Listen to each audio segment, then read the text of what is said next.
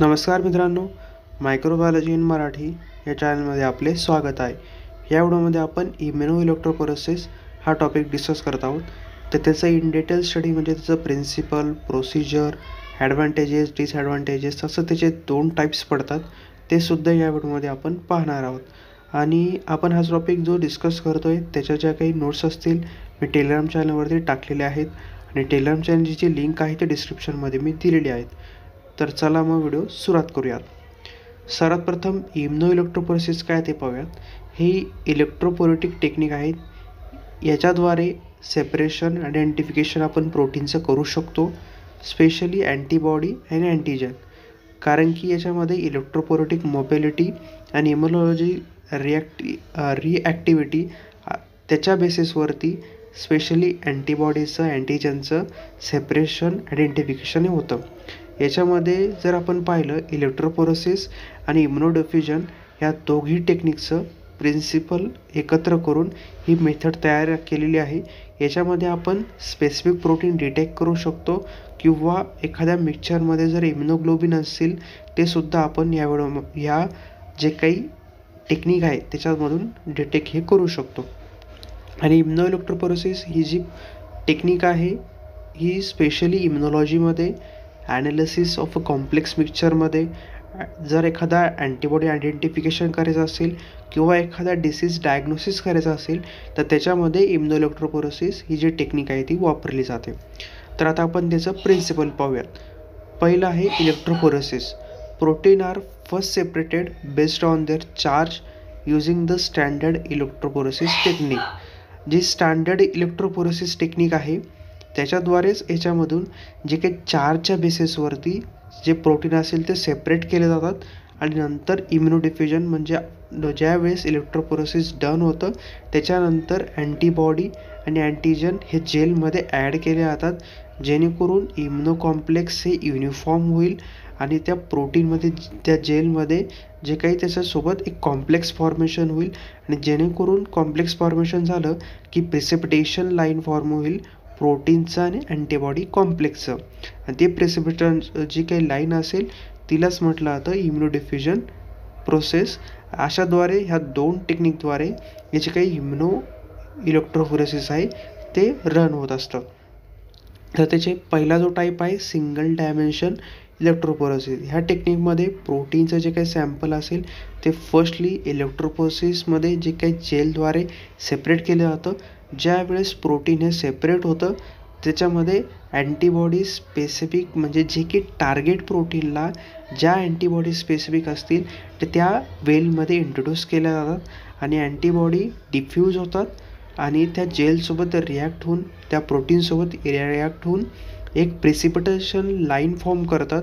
त्याच्यामध्ये आपल्याला mainly protein आणि अँटीबॉडीचं हे प्रेसिपिटेशन लाईन आपल्याला पाहायला मिळते आणि जेणेकरून सॅम्पलमध्ये जे काही अँटीजन असेल त्याच्या प्रेझेन्समध्ये आणि त्याचं इंडिकेशन करण्यासाठी ही जी काही प्रेसिपिटेशन लाईन आहे ती महत्त्वाची असते. दुसरं आहे डबल डायमेन्शन इलेक्ट्रोफोरेसिस. तर ही कॉम्प्लेक्स व्हर्जन आहे इम्युनोइलेक्ट्रोफोरेसिसचं. याच्यामध्ये 2 मेन स्टेप्सने जे काही सेपरेशन आहे ते होत असतं. पहिलं याच्यामध्ये प्रोटीनचं सेपरेशन हे चार्जच्या बेसिसवर म्हणजे इलेक्ट्रोफोरेसिसनं होतं आणि सेकंड स्टेप जर आपण पाहिली हे प्रोटीन हे डायरेक्टली डिफ्यूज केले जातात presence of a specific antibody. ते जे की जेलसोबत जे एखाद्या स्पेसिफिक अँटीबॉडी जे की प्रोटीनच्या त्याच्यामुळे रिॲक्ट होऊन प्रेसिपिटेशन लाईन फॉर्म करेल तशाच जे काही स्पेसिफिक अँटीबॉडी त्याचा वापर केला जातो आणि त्याच्यानंतर त्याचं एक फॉर्मेशन होतं, प्रेसिपिटेशन लाईन फॉर्म होते. म्हणजेच तसं जे काही अँटीजन अँटीबॉडीचं रिॲक्शन कसं ऑकर होतं तसंच याच्यामध्ये प्रोटीनचं आणि त्या स्पेसिफिक अँटीबॉडीचं रिॲक्शन होते, कॉम्प्लेक्स फॉर्मेशन होतं आणि प्रेसिपिटेशन लाईन ही फॉर्म होते. आणि नंतर ही जी काही प्रेसिपिटेशन लाईननुसार ते जे काही डिटेक्ट केलं जातं म्हणजे तो स्पेसिफिक प्रोटीन त्या स्पेसिफिक अँटीबॉडीला बाइंड झालेला आहे आणि म्हणजे त्याच्यावरून आपण ठरवता येतं की जिचं सेपरेशन हे ॲक्युरेटली झालेलं आहे. ही मेथड जर आपण पाहिली याच्यामुळे कॉम्प्लेक्स मिक्सचरमधले जे काही ॲनालिसिस आहे एखादा मल्टिपल अँटीजन असतील एखाद्या सिंगल सॅम्पलमध्ये ते सुद्धा आपण या मेथडने डिटेक्ट करू शकतो. तर हे झाले त्याचे 2 मेन टाईप्स. आता आपण इम्युनो इलेक्ट्रोफोरेसिसची प्रोसिजर पाहूयात. तर सगळ्यात पहिल्यांदा सॅम्पल प्रिपरेशन केलं जातं, म्हणजे जे की प्रोटीन असतील सिरममधून ते काढले जातात, टिश्यूपासून एक्स्ट्रॅक्ट केलं जातं. त्याच्यानंतर त्याला ट्रीट केलं जातं. ट्रीट केल्यानंतर ते सुटेबल फॉर्ममध्ये इलेक्ट्रोफोरेसिससाठी तयार केलं जातं. नंतर स्मॉल अमाऊंटचे जे काही सॅम्पल असेल ते ॲगरोज किंवा ॲगर जेल जे काय असेल इलेक्ट्रोफोरेसिस सेटमध्ये ॲगरोज टाकलं जातं, त्याला सॉलिडिफाय केलं जातं, कोमद्वारे वेल तयार केले जातात आणि स्मॉल अमाऊंट ऑफ जे काही सॅम्पल असेल ते त्याच्यामध्ये टाकलं जातं आणि नंतर इलेक्ट्रिक फील्ड अप्लाय करून जे काही प्रोटीन असेल ते मायग्रेट होतात टू देअर चार्ज. जे की निगेटिव्हली चार्ज प्रोटीन असतील ते पॉझिटिव्ह इलेक्ट्रोड ॲनोडकडे पास होतात. पॉझिटिव्हली चार्ज जे काही मॉलिक्यूल असतील ते निगेटिव्ह इलेक्ट्रोड म्हणजे कॅथोडकडे मूव्ह होतात किंवा मायग्रेशनही घडून आणतात. आणि नंतर आफ्टर द इलेक्ट्रोफोरेसिस ज्या वेळेस प्रोटीनचं पूर्णपणे सेपरेशन होतं त्याच्यामध्ये आपल्याला एक डिस्टिंक्ट बँड आणि आर्क हे दिसायला लागतं त्या जेलवरती. ही झाली इलेक्ट्रोफोरेसिसची प्रोसेस. पुढं आहे इम्युनोडिफ्युजन. ज्यावेळेस इलेक्ट्रोफोरेसिस हे पूर्णपणे संपतं त्याच्यानंतर ते एखाद्या स्पेसिफिक अँटीबॉडीसोबत त्या जेलमध्ये अप्लाय केले जातात आणि नंतर अँटीबॉडी हे इंट्रोड्यूस केले जातात डायरेक्टली त्या वेलमध्ये, जेणेकरून ते डिफ्यूज व्हायला मदत होतील. आणि नंतर मग अँटीबॉडी आणि ते प्रोटीन म्हणजे जे की अँटीजन आहे ते डिफ्यूज होतं त्या जेलमध्ये आणि एक विजिबल प्रिसिपिटेशन लाईन फॉर्म करतात, जेणेकरून ते त्याचं ऑप्टिमल अमाऊंट ही शो करत असतात. आणि नंतर व्हिज्युलायझेशनसाठी हे जे काही अँटीजन रिॲक्शन आहे, म्हणजेच प्रोटीनचं आणि अँटीबॉडीचं जे काही रिॲक्शन आहे कॉम्प्लेक्स आहे ते व्हिज्युलाइज करण्यासाठी अमोनियम सल्फेट किंवा नायट्रो ब्ल्यू टेट्राझोल्यूम याचा वापर केला जातो. आणि त्याच्यानंतर ही जी काही आयडेंटिफिकेशन असेल किंवा प्रेझेन्स असेल त्या प्रोटीनचं ते रिॲक्ट करतं आणि त्याच्यामुळे नंतर आपल्याला व्हिज्युलायझेशन होतं. आणि ही जी काही प्रिसिपिटेशन लाईन असेल त्याचा पॅटर्न असेल ते इन्फॉर्मेशन प्रोव्हाइड करतं, जेणेकरून सॅम्पलमध्ये ते एक स्पेसिफिक प्रोटीन त्या स्पेसिफिक अँटीबॉडीला अटॅच झालेला आहे आणि त्या सॅम्पलमध्ये तो स्पेसिफिक प्रोटीन प्रेझेंट आहे.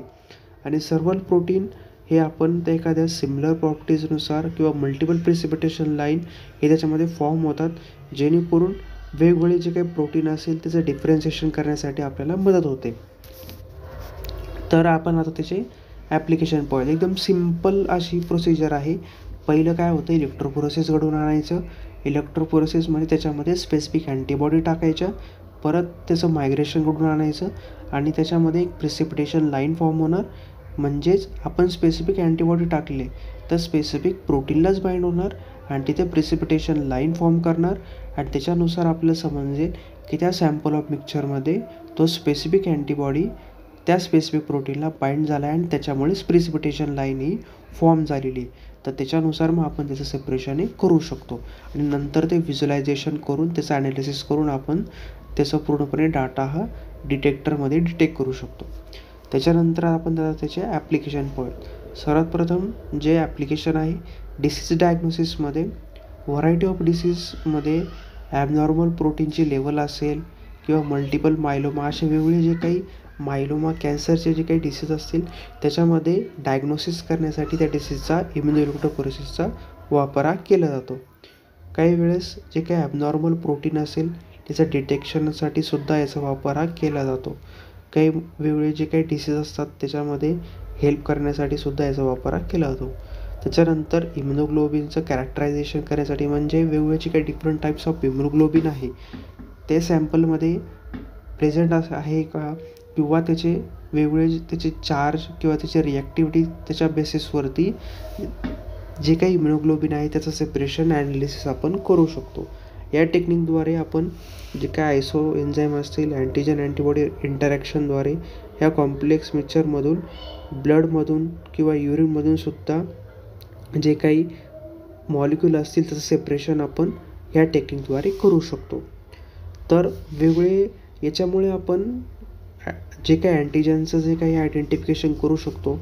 म्हणजे प्रोटीनच्या ऐवजी आपण जर स्पेसिफिक अँटीजन टाकले आणि स्पेसिफिक अँटीबॉडीचा वापर केला तर त्याच्यामुळे इम्युनॉलॉजीमध्ये, मायक्रोबायोलॉजीमध्ये इन्फेक्शन एजंट किंवा जे काही पर्टिक्युलर बायोमार्कर आहे त्याचं प्रेझेन्स किती आहे ते डिटेक्टसुद्धा करू शकतो.